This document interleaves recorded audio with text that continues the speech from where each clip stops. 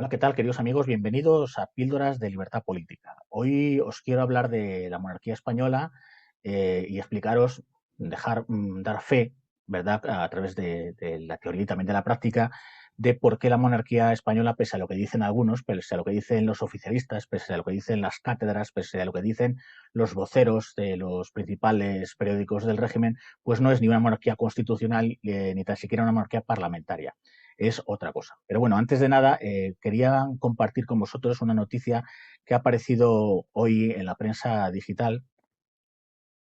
Como veis en Voz Populi, en su sección dedicada a la nación, a España, titula PSOE y Podemos dan a la Casa Real la mayor subida de presupuestaria en una década.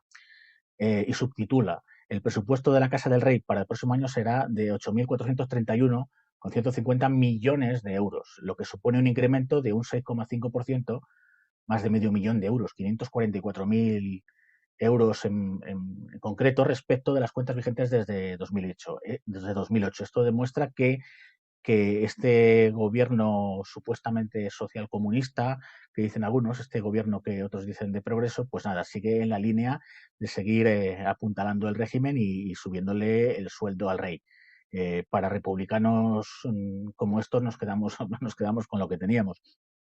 Esto me hace recordar una frase que decía el genial Antonio García Trevijano a propósito de los partidos, ¿no?, de la falsedad ideológica de los partidos cuando están empotrados en el Estado, como en el régimen del 78. Y decía algo así como que en la oscura noche de la partidocracia todos los partidos son pardos. Y creo que es una fase lapidaria y que demuestra a las claras qué son, en qué se convierten los partidos, sobre todo los políticos, cuando abandonan las ideas y se abrazan a la pasta y se abrazan al cargo. Como sabéis, esto ha sido, esta noticia viene a propósito de la presentación de los presupuestos, del proyecto de ley de presupuestos generales del Estado que ha presentado el actual gobierno de coalición de PSOE y Podemos. Pero también quiero deciros que podéis encontrar en Internet muchísima información de que incluso para los que defienden que la monarquía es de las más baratas de Europa, que la monarquía es más barata que la República, que la institución de la jefatura de Estado de la República Francesa o incluso de la República Italiana, pues deciros que que este es el aporte directo de los presupuestos generales del Estado. Luego están los aportes de cada ministerio para uso, disfrute y usufructo de la corona. Algunos estiman que la corona española nos cuesta en términos totales más de 500 millones, unos 532 millones de euros en cifras reales. Así que estos 8 millones de euros pues es un poco la calderilla que utiliza la Casa Real de cara al público. Pero realmente este vídeo, como os he dicho al principio, lo quiero utilizar, quiero hacer este vídeo para demostrar que eh, como todos los periodistas del régimen mienten, como la opinión pública está engañada cuando se dice que la monarquía española es una monarquía constitucional o una monarquía parlamentaria. Como todos sabéis, de vez en cuando, por ejemplo, últimamente ha sido con motivo de la celebración de la fiesta nacional del 12 de octubre, pues sale a vueltas el tema de hay que encuestar a la población sobre si quiere una monarquía o una república. Luego no se explica qué tipo de monarquía ni qué tipo de república. Y estamos a vueltas constantemente. Estos que se dicen republicanos, que ahora están en el gobierno y que le suben el sueldo al rey, pues también de cara a la galería dicen que hay que hacer una encuesta o que el pueblo español tiene que decidir qué modelo de Estado quiere darse. Entre otras cosas, yo temo sobre todo por los estudiantes de Derecho porque les están haciendo, iba a decir una sanidad, pero bueno, les están haciendo un lío en la cabeza y que a mí me espanta lo que les enseñan, lo que les deben enseñar en las facultades de Derecho. Fijaos, cuando los propios catedráticos de Derecho Constitucional, los periodistas de los grandes diarios del país defienden esta nuestra monarquía constitucional, esta nuestra monarquía parlamentaria. Realmente en la Constitución dice que la forma del Estado es una monarquía parlamentaria, pero ahora os demostraré que no es así. Porque en la España del como sí, pues a una monarquía como la española le llaman monarquía parlamentaria o le llaman monarquía constitucional. a un sitio como el Congreso de los Diputados le llaman Parlamento, pero es claro, es como si hiciera de Parlamento, pero cuando uno, ¿verdad?, escarba en las funciones que tiene el Palacio los que están dentro del Palacio de la Carrera de San Jerónimo, pues se da cuenta que de Parlamento no tiene nada. Por otra parte, vamos a ver, os quiero presentar, os quiero mostrar tres libros que ilustran a la perfección lo que es una monarquía constitucional. Que no es lo mismo que una monarquía con constitución o que una monarquía con parlamento. Porque, vamos a ver, a mí me podéis decir, Gaby, pero es que en España hay una monarquía. Vale, os lo acepto. Y en España hay un parlamento, un congreso, una asamblea, y bueno, pues además lo pone, Congreso de los Diputados en el frontispicio, ¿verdad? Y yo os lo acepto, pero que diga eso no quiere decir que existe realmente, como he dicho antes. Eh, no es lo mismo, evidentemente, una monarquía con constitución. Otro debate es si la Constitución española es realmente una constitución o es algo que técnicamente se llama carta otorgada. Pero bueno, vamos a dar por hecho, a lo largo de lo que queda del vídeo, de que España tiene una constitución. Bien, os lo acepto. Aceptamos pulpo como animal de compañía. Vale, hay una monarquía cuyo titular ahora es el rey Felipe VI y hay una constitución, una carta magna que los españoles, el rey rubricó y que se aprobó en referéndum, un falso referéndum, pero estos son otros temas, en el 6 de diciembre de 1978. Bien, pero no es lo mismo una monarquía con constitución que una monarquía constitucional. Y aquí es lo que digo, os voy a mostrar tres títulos que me han servido, aparte de cientos de lecturas, aparte de leer documentos, etcétera, de la labor propia de historiador. Pero bueno, tengo tres libros. Uno de ellos que me leí durante la carrera, en la que explicaba las instituciones del antiguo régimen y sobre todo se basaba en la monarquía constitucional por antonomasia, que es la monarquía francesa de Luis XVI. La monarquía que después del inicio de la llamada Revolución Francesa, pues, pues una forma de las instituciones van a tomar la forma de monarquía constitucional. Entonces, el primer libro que os muestro es este libro llamado La Francia moderna, y subtitulado El espíritu de las instituciones, de Denis Richet, que es un historiador francés, creo que ya hace años fallecido, donde nos enseñaban toda la estructura institucional de la edad moderna en Francia y que llegaba justo hasta el final del antiguo régimen, que es con la caída de la testa, en la cesta de Luis XVI. Bueno, la monarquía acaba antes, un año y medio antes, cuando es derogada por la asamblea que se había autoproclamado nacional en Francia. Otro libro también muy bueno, que ha sido para mí un gran descubrimiento acerca para saber lo que es una monarquía constitucional y no una monarquía con constitución, ha sido este libro que se llama, como podéis ver, Ciudadanos, una crónica de la Revolución Francesa de un historiador judío de nacionalidad británica llamado Simon Schama, que es un libro escrito hace 30 años, pero que fijaos que ha sido traducido al español el año pasado. Yo muchas veces ya sabéis que sospecho de las grandes editoriales y de por qué grandes éxitos que tocan ciertos puntos complicados o que pueden abrir los ojos al personal respecto de las instituciones que padece, pues no se traduce en el momento de salida. Se tradujo con la conmemoración del 200 aniversario, o sea, se escribió para la conmemoración del 200 aniversario en 1989 de la Revolución Francesa. Y es un libro verdaderamente fantástico, de los que me gustan a mí, porque no hace juicios de valor, sino que va relatando, ¿verdad? Es una historia narrativa de los hechos ocurridos desde antes del inicio de la llamada Revolución Francesa hasta la época del llamado Gran Terror, con la época en que Francia estaba dominada por los jacobinos, con Robespierre al frente. Y finalmente, la mejor síntesis, sin lugar a duda, el mejor resumen de alguna forma, y esta vez sí pensado críticamente, no solo relatando los hechos, es la primera parte de la teoría pura de la República de don Antonio García Trevijano, cuyo título, libro 1, se llama Actualidad de la Revolución Francesa. Y bien, vamos al meollo y vamos a sacar de la confusión a los, sobre todo a los jóvenes abogados o a las personas que vayan a escribir de cara al gran público. Vamos a ver, no es lo mismo una monarquía con constitución que una monarquía constitucional. En España podemos decir, aceptando que tengamos una constitución, que es una monarquía con constitución, pero una monarquía constitucional es decir, lo que se ve claramente a nivel institucional, lo primero que vemos es que en la monarquía constitucional el poder ejecutivo lo sigue manteniendo, lo sigue ejerciendo el rey.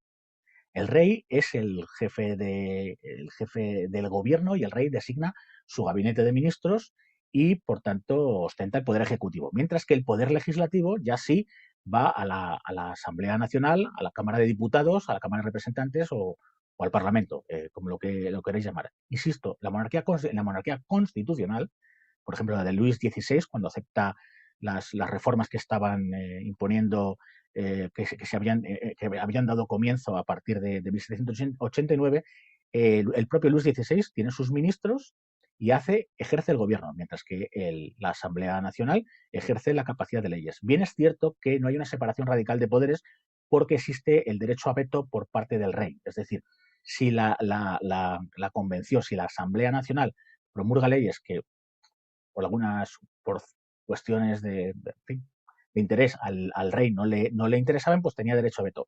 El uso de este derecho a veto llevará al final al estallido final revolucionario y al acorralamiento del rey y a la derogación de la propia monarquía. Pero recordad, cuando os digan una monarquía constitucional, es cuando el poder sigue ostentándolo el rey, que nombra a sus ministros. El rey nombra a su gobierno. También podemos hablar de monarquía constitucional después de la Revolución Gloriosa en Inglaterra, en el Reino Unido, cuando llegan al trono de Inglaterra la dinastía de los Orange, procedente del continente de los Países Bajos, la monarquía ya, el establecimiento definitivo de una monarquía protestante en el Reino Unido, en Gran Bretaña, y donde primeramente el rey ejerce el poder ejecutivo, nombra su gobierno, tiene sus ministros, pero que por un primer ministro muy corrupto y corruptor llamado Walpole, si no recuerdo mal,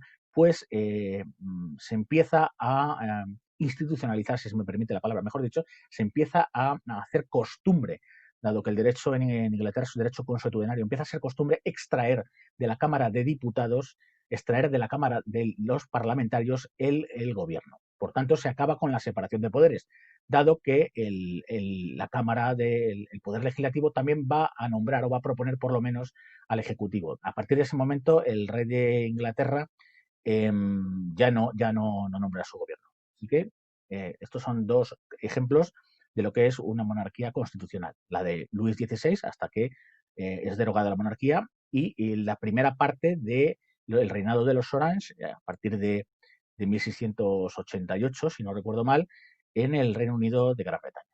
Y después está lo que podemos llamar una monarquía parlamentaria. En la monarquía parlamentaria, vamos a poner también como ejemplo el parlamentarismo por antonomasia, el parlamentarismo inglés.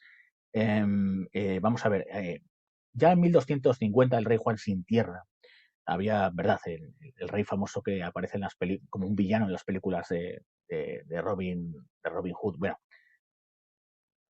además que estaba ausente en aquel momento Ricardo Corazón de León haciendo las cruzadas. Bueno, el rey Juan sin tierra se enfrenta a una serie de rebeliones y una serie de sublevaciones en su propio territorio y consigue, bueno, no consigue, le exigen los notables locales de Inglaterra que les dé una carta otorgada, que se va a llamar la Carta Magna de 1250, que servirá por lo menos para que se respeten una serie de derechos primordiales, o llamaríamos derechos